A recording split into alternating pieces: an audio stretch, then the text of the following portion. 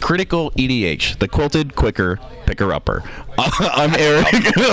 I'm Eric. I'm here with Logan and Evan. FREEDOMWAFFLE. Thanks for having me. No problem, dude. Thanks for being here. Thanks for joining us super last minute. Absolutely. Well, I've been drinking soju, so I can't say no. Oh, yeah. So, we're in the corner of the Hilton. But, how did you get here? What did you spend most of your day doing before you got here hanging out with me and Logan? We're playing Fishbowl today. Fishbowl 5. 278 players. Heck yeah. Big tournament. One of the biggest there's ever been, other than maybe 2, right? Yeah, I think so. I don't know. Like that? We've only been playing tournament cEDH for a year, maybe a little bit longer. Mm-hmm. So yeah, this was the first time I played outside my house. Yeah. Oh, yeah. That's crushing or getting crushed. Definitely one of those two. How are you doing? What's your record? I'm 2-1-2, so I have 12 points. Okay. Which means I need to win 1 for sure, win it in, and then I have 2 rounds to do it. I would like to win more than 1. Yeah. So you think a win is enough? Well, I'm first of the 17s. So yes for me, but there's a lot of 17s. Yeah, there's a lot. Wait, you're 17? No, you're 12. Sorry. We will be 17. Yeah. Of the 12s, I'm first. And then, he's just assuming he wins. Okay. No, I have to win. I think being first in the 17s should win. Yeah. But I don't know. There's been a lot of draws today. There's been a lot of draws, yeah. Is it normal to have that many draws? I think, it's normal with the new format. Yeah. With post-ban dockside. Harder to push through. Super difficult. It's not always a ton of draws, but it's definitely been more and more. We had 5 games today. We got 2 games tomorrow. There's a redemption event tomorrow. I think we'll probably have a good sense as to whether we're going to be playing a redemption event or whatever. A gold event in the other room. That's so crazy. Or silver. I cannot believe we're playing a silver and or quite possibly gold, but probably silver. They told me that before I started in the hotel. In the hotel. There's so many people just hanging out. So we're like, why not? So I heard someone counting and they're like, oh my God, we have enough people for a gold single limb event. At no cost. At 10 p.m. the night before. They have to come up with a good name or something for it. There's not a good name. That's okay. It's gonna show up. It's gonna show up on EDH Top 16 or whatever as Jonah was jokingly calling the LobbyCon SaunaCon because it's so hot in there. Yeah, I think that's a good name. Yeah, it really honestly is. I think it's just a great example though of one of the great parts about the cEDH community is we just love Magic. Oh yeah, so damn much. Yep, that's why we're here. That's why people fly out from all over the country, sometimes the world, and play. Yeah, for Pretty sure. Cool. Also money. Yeah, because there's $10,000. There's a lot of money. There's not good money like other formats in cEDH. I don't think it's quite the. Not yet, but that is why people fly. We just heard about a 20K. Yeah, I heard about that too, but I don't know anything about it. It's Baldy's event, right? Yeah. Okay, apparently. I guess I know something about it. One thing. And that's all I know. I don't know where or when or how, but it's Baldy. Yeah. That's the first time I've met him. He seems like an awesome Baldy's dude. Great. Baldy learned to play Magic in Albuquerque at my LGS. Oh, no way. Not when I played, but okay. Yeah. Hopefully he'll come back for the Heisenberg with me. Oh, heck yeah. And I didn't teach him. What's the date for that? But I know he's 35-0 against the owner of the LGS. What? Don't tell anyone I said that. Well, only our 199 subscribers. We might hit. Don't tell anybody. We might hit. Don't tell anyone. Baldy, don't watch this. So. Stop watching right now. Before we dragged, stop watching 5 minutes ago. Before we unceremoniously dragged you on here, you said, "I don't know what I'm recording," and I said, "It doesn't matter." But we are trying to make cEDH content for cEDH grinders and cEDH just tournament players in general. Yeah, I think. That doesn't really exist, and we're not showing the human side of things, and or at least other channels aren't doing that. We have a lot of people that comedian that review deck lists and top 16s and stuff like that, and that's all great. And I think that's a good contribution, and it shows what's popular and what's happening. But we're so Eric and I are having fun at these events, just interviewing people, talking to people, saying what's happening on the ground, what's it like to play these big events, and what are the vibes like and stuff like that. Yeah.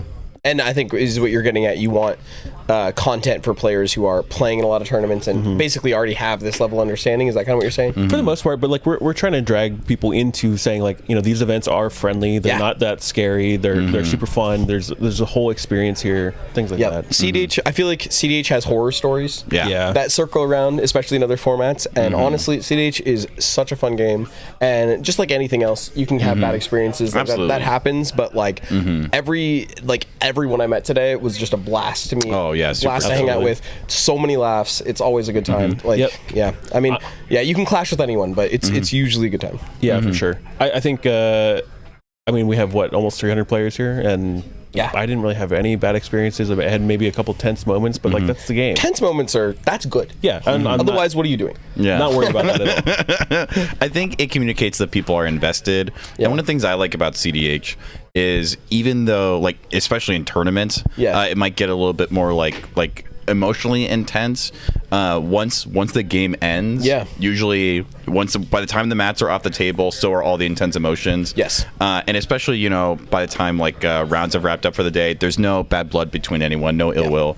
And so, I mean, I know friendships that have ended over like casual games. I think literally everyone does. Oh yeah. But despite I think a lot of like those like myths and horror stories, I think cEDH is such a fun format to be playing in. It's amazing. Yeah. And especially tournaments as well, because I think people can be really daunted because they have this idea, they have this like picture of tournament grinders that maybe isn't necessarily accurate. Like me and Logan just started because we enjoyed playing cEDH and we just wanted to play more. Right. And people tend to play pretty consistently when there's money on the line.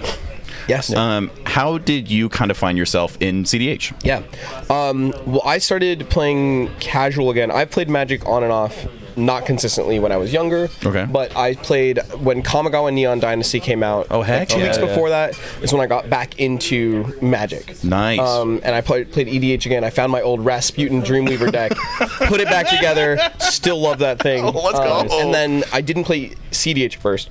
Started playing casual, and then I always wanted to push the limit. Back in the day, in like high school and middle school and stuff, whenever I played, we would play Commander, but it was before they changed the rules where any time your commander changes states, you can put it in the command zone. So I played all the things. I think it was like Hinder, where you shuffle it into your library or put it on the bottom.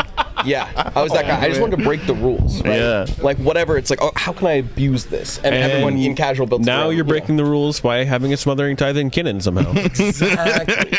But yeah, no, exactly. And so then just some people at my store already played EDH or cEDH. They're like, hey, just join.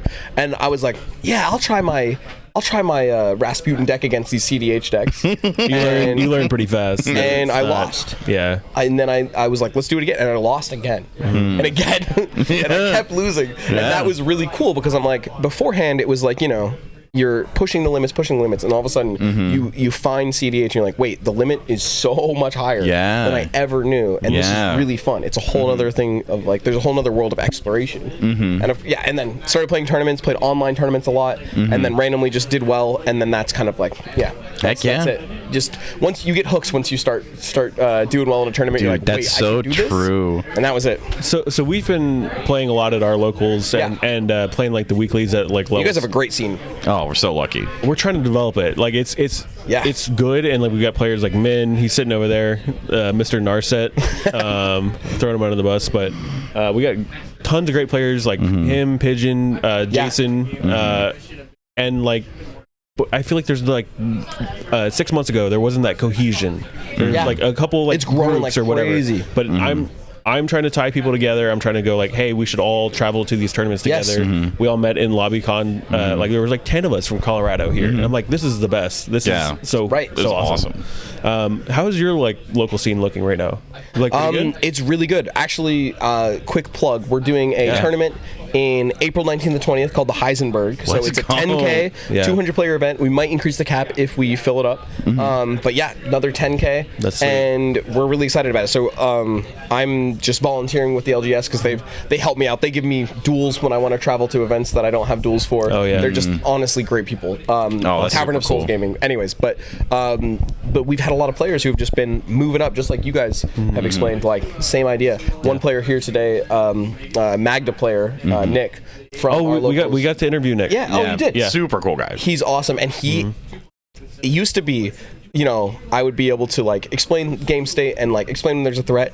Now he outpolitics me all the time, and I'm like, oh my god, what have I done? He was telling us like he's been crushing it. He's like, yeah, Mag just like a really political and like deck. I'm like, I have no idea what you're talking about. Like, yeah, but that's because like he figured out a way to break it. He's like, wait, you know, if you don't remove Magda I'll deal with the threat. I'll get exactly this, and then He's like, I yeah, still it's have my magnet, you still interaction have your- piece. Yeah, exactly. Yeah. And it's like if you make a deal like that, you're able to actually just like progress your game state where you would have had nothing and they would have lost their removal, and then in 2 turns you might win the game because of it, even if you're still set back. But by making that deal, at least you're not as far set back. At least you're still playing. Exactly. Yeah, we were. I was talking with Gold Sabertooth Tim, and one of the things he was talking about is the importance of kind of like finding your voice as like a cEDH player. Right. And it's kind of funny because Nick is definitely one of those players where he's like, no, this isn't my Magda, this is our Magda.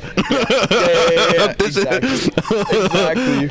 And finding whatever that angle is, whatever that deck that works well for you. Yeah. And then he said, in addition to like finding a deck that really worked, he also mentioned that I think he had got some coaching from you, which he also attributed to a lot of his success. Nice. Well, that's cool. Yeah. How did you get into coaching? Honestly, just a couple people asked about it when I was like playing tournaments. I was starting the online scene, and then I was like, I think one cool thing, because I know, so Comedian is a great coach. He does a lot of coaching. Kind of saw him doing that, and I was like, it'd be cool to like one day be able to actually, make this hobby that I spend already all my time. Yeah.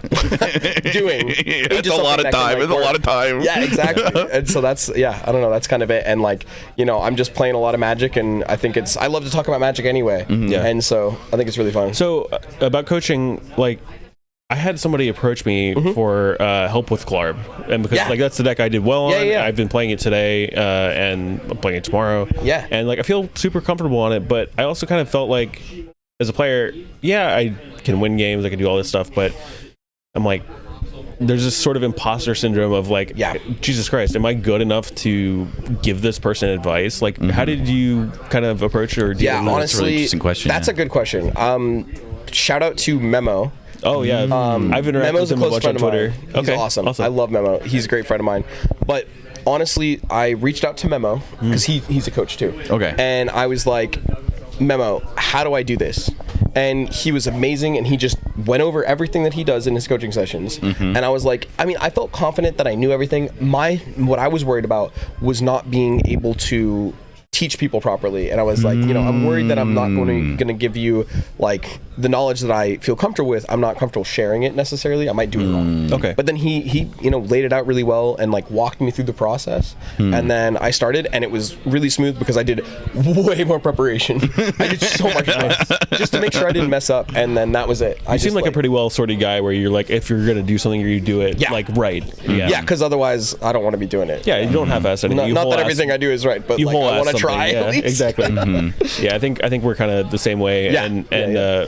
Like, we have a kind of a ragtag setup here today, but like, it looks great. We're just doing okay, and we're trying to do the best we can with what we got. Doing it is all that matters. Yeah, for sure. Yeah. But so as me and like Logan are trying to grow as like cEDH players, and as you're in the process of kind of coaching a lot of cEDH community, what are some situations that you're often finding is a problem players run into that's best solved by coaching, and what are problems that are maybe best solved other ways? Well, first off, I think one mentality that I have going into coaching with anyone is I tell everyone that like you can get better by coaching in a way that this teaches you how to practice. Coaching will not teach you how to win. It'll teach you how to practice. Interesting. Because that's just not how it works. You just can't. If we could have a USB in our brain and download all the information, that'd be great. But that's not how it works. So you basically so one of the most important things is like understanding how to assess like what I'm doing wrong. And mulligans are a big thing. It's like part of mulligan. So a lot of like, because cEDH is a social game, people are going to tell you what they think you're doing wrong. And so if you are able to just if you're able to evaluate those mulligans with someone else helping you, that's something that you're not normally going to get in a you game. wait on us. And so that's really helpful. All right. Last quick, two quick things. I know you're trying to get started in this tournament. I'm holding everybody up. Tell us one quick tip from a coaching perspective, and then tell us one really quick story from today that you're like, I got to get this out there. Mull for Mystic. That's easy one to be better. Don't let it die. Right. And then let's see. Today, you have like a favorite moment of today. You're just like, man, I'm gonna be talking about this for a little while. Or anything. Let's see. I had consecrated Sphinx in play on a turn 2 with the dramatic reversal, ritualing into it, and there was a vexing bubble. No one could deal with it, and that felt really good. I also had That's really good. I had a turn 2 Sphinx. I DT'd for Sphinx. I had a Cavern of Souls. I'm like, okay, I'm going to play Sphinx. And then the player in front of me null rotted. And I was like, very cool. Anyway, you lose. Well, I got the W though. So anyway, thank you so much for joining us. Yeah, thanks for having me. Yeah, super appreciate your time. Very good luck in the very short tournament tonight, and then obviously good luck tomorrow. Awesome. Yeah, let's hear it for SonicCon. I'm stealing it, Jonah. Are you saying sauna? Sonic? Sauna. Because it's super hot and sweaty. Oh, yeah. All right. SonicCon. All right, thanks, man. All right, see you next time.